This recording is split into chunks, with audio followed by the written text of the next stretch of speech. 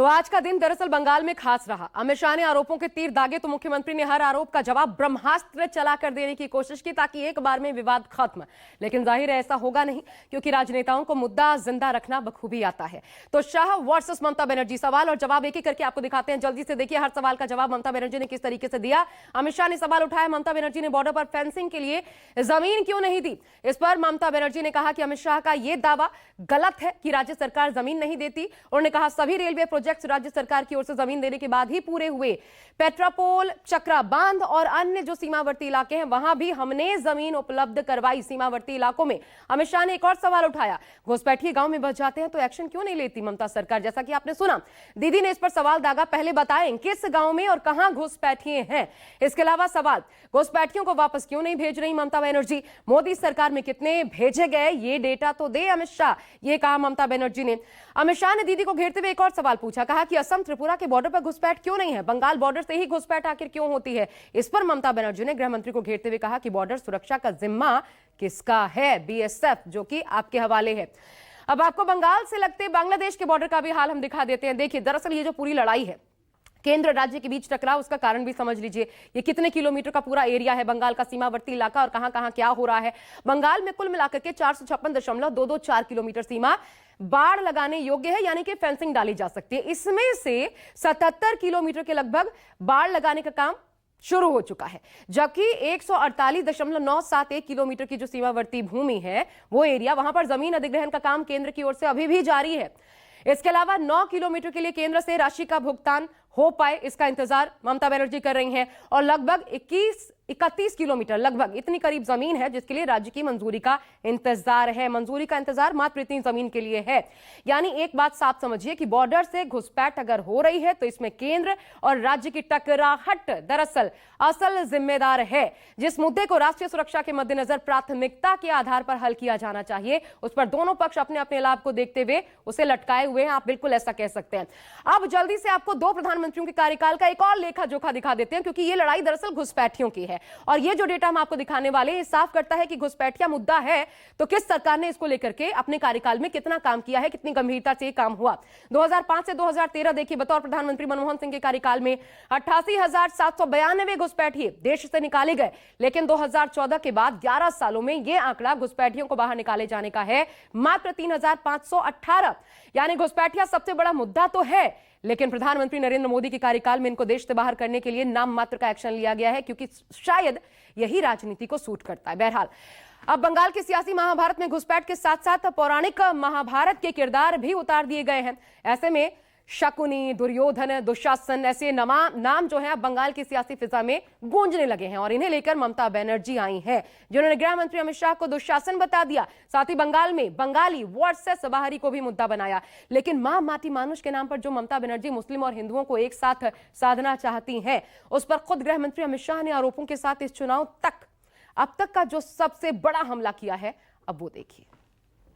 आप केंद्र के 5 लाख इसलिए स्वीकार नहीं करना चाहते हो कि नरेंद्र मोदी से आपको डर है। ভোট আসলে দুর্যোধন और दुशासनরা আসেন। ममता बनर्जी के शासन में सिंडिकेट, तोलबाजी, कटमनी न केवल वो सिस्टम को बढ़ावा दिया है। बंगाल विधानसभा चुनाव में कौन दुशासन और कौन दुर्योधन, आखिर ममता बनर्जी ने पौराणिक महाभारत के इन दो किरदारों का जिक्र क्यों किया है। किस पर ममता दीदी ने इतना तीखा प्रहार किया, आखिर ममता दीदी इतनी गुस्से में क्यों है। पहले आपको ममता का पूरा बयान सुनना चाहिए। একজন দুঃশাসন এসছেন বাংলায়, ভোট আসলে দুর্যোধন আর দুঃশাসনরা আসেন। ওদের চোখে দেখবেন, দু চোখে দেখলেই আতঙ্ক হবে, এই বুঝি কিছু ক্ষতি করতে এলো রে, এলো রে, এলো রে, এলো রে, গেল রে, গেল রে, গেল রে। দুঃশাসন বাবু এসছেন, শকুনি মামার চেলা চামুন্ডারা ঘুরে বেড়াচ্ছে আর বলে বেড়াচ্ছে বাংলায় নাকি 1.5 কোটি লোকের নাম বাদ যাবে। কেন? ममता दीदी का यह बयान बांकुरा में आयोजित एक जनसभा के दौरान आया। जब उन्होंने बिना नाम लिए सियासी प्रहार जबरदस्त किया और इसी जबानी हमले से संदेश बंगाली वर्सेस बाहरी का दिया। दरअसल ममता के इस बयान को पीएम मोदी और गृह मंत्री अमित शाह के बंगाल दौरे से जोड़कर देखा जा रहा। दरअसल मंगलवार को कोलकाता में अमित शाह ने टीएमसी पर तीखा हमला बोला, जहां सूबे में साल दर साल बीजेपी की बेहतर होती परफॉर्मेंस का जिक्र किया, तो वहीं दूसरी तरफ केंद्र सरकार की योजनाएं ना लागू करने पर ममता बनर्जी पर निशाना साधा। इससे पहले प्रधानमंत्री मोदी नादिया में रैली कर चुके हैं। आप केंद्र के 5 लाख इसलिए स्वीकार नहीं करना चाहते हो कि नरेंद्र मोदी से आपको डर है।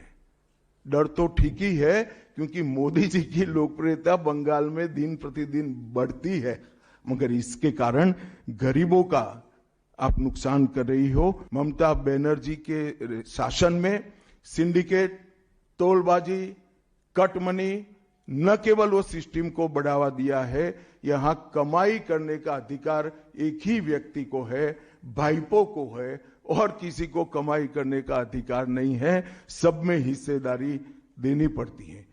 इस बार के विधानसभा चुनाव में बीजेपी ममता बनर्जी को घुसपैठ, भ्रष्टाचार, कटमनी, महिला सुरक्षा और अपराध के नाम पर घेरने में जुटी, तो दूसरी तरफ ममता बनर्जी एक साथ हिंदू और मुस्लिमों को साध कर अपने वोट बैंक को मजबूत करने में लगी। अपनी इसी रणनीति को धार देने के लिए जहां ममता बनर्जी ने दुर्गा आंगन का शिलान्यास किया, तो वहीं दूसरी तरफ मुस्लिमों को साधने के लिए उर्स का आयोजन कराया जा रहा, जिसमें 5 लाख मुस्लिमों के जुटने का अनुमान है। दीदी के इस प्लान ने भी काफी हद तक बीजेपी की बेचैनी बढ़ाई। अब ममता बनर्जी को सेकुलरिज्म और धर्म निरपेक्षता याद आई है। इतने दिनों तक उनको ये याद नहीं था हिंदुओं पर जितना अत्याचार अनाचार हुआ, वहाँ रेप हुए, मर्डर हुए, कितने हिंदू मारे गए, कितना पूरा का पूरा नक्शा बदल दिया ममता बनर्जी ने। हिंदू जितने वहाँ पे त्रस्त हैं इस ममता बनर्जी के सरकार में, इतना कहीं अब तक नहीं देखा गया था। बीजेपी को आखिर बंगाल में ममता दीदी माँ दुर्गा का मंदिर बना रही है, तो बीजेपी को क्यों परेशानी हो रही है? बीजेपी घबराई हुई है? मंदिरों का ठेकेदार बीजेपी ही है क्या? हिंदुत्व बीजेपी के लिए एक ऐसी सियासी पिच है जिस पर चुनावी मौसम में खूब बैटिंग की जाती है। इससे सियासी लाभ भी बीजेपी को मिलता है।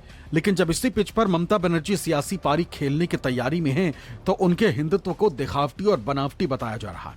इसी को लेकर ममता जवाब देते हुए गुस्सा गई। उन्होंने बीजेपी पर जबरदस्त जबानी हमला बोला। धर्म माने पवित्रता, धर्म माने मानविकता, धर्म माने विभेद नय, विद्वेष नय, धर्म माने शांति। और आपनादेर धर्म आगुन লাগিয়ে বেড়ানো, আর আপনাদের ধর্ম দাঙ্গা লাগিয়ে বেড়ানো, আর আপনাদের ধর্ম বিভাজনের ধর্ম। इस तरह की बयानबाजी से ममता सीधे बीजेपी को संदेश दे रही हैं कि हिंदू वोट बैंक पर बीजेपी का कोई एकाधिकार नहीं। और जहां तक मुस्लिमों के नेता बनकर उभर रहे हुमायूं कबीर की बात है, तो अपने इस बागी नेता से निपटने के लिए भी ममता तैयार दिखती। यहां ममता के लिए दोहरी दिक्कत यह है कि जहां बीजेपी उन्हें हिंदुत्व के मुद्दे पर घेरने का मौका नहीं छोड़ती, तो अब बागी होकर नई राजनीतिक पार्टी बनाने वाले हुमायूं कबीर भी हमलावर हैं। ये काम पूरा नहीं कर पाएगी। वो गवर्नमेंट को पैसा लेके, सब लोगों को टैक्स के पैसा लेके राज्य ज़्यादा से ज़्यादा पैसा वो लोन लेके ये नहीं होने देंगी। अगले दिन जो वो सत्ता से हट जाएगी तो लीम वहीं रुक जाएगी। हुमायूं कबीर अपनी नई जनता उन्नयन पार्टी बनाकर 294 सीटों पर ताल ठोकने की तैयारी में, तो ममता बनर्जी की टीएमसी फिर से 2021 के नतीजे दोहराने की तैयारी में। और इस बार बीजेपी भी पूरे जोश में दिखाई पड़ रही। मनोज पांडे, कोलकाता, न्यूज़ 24।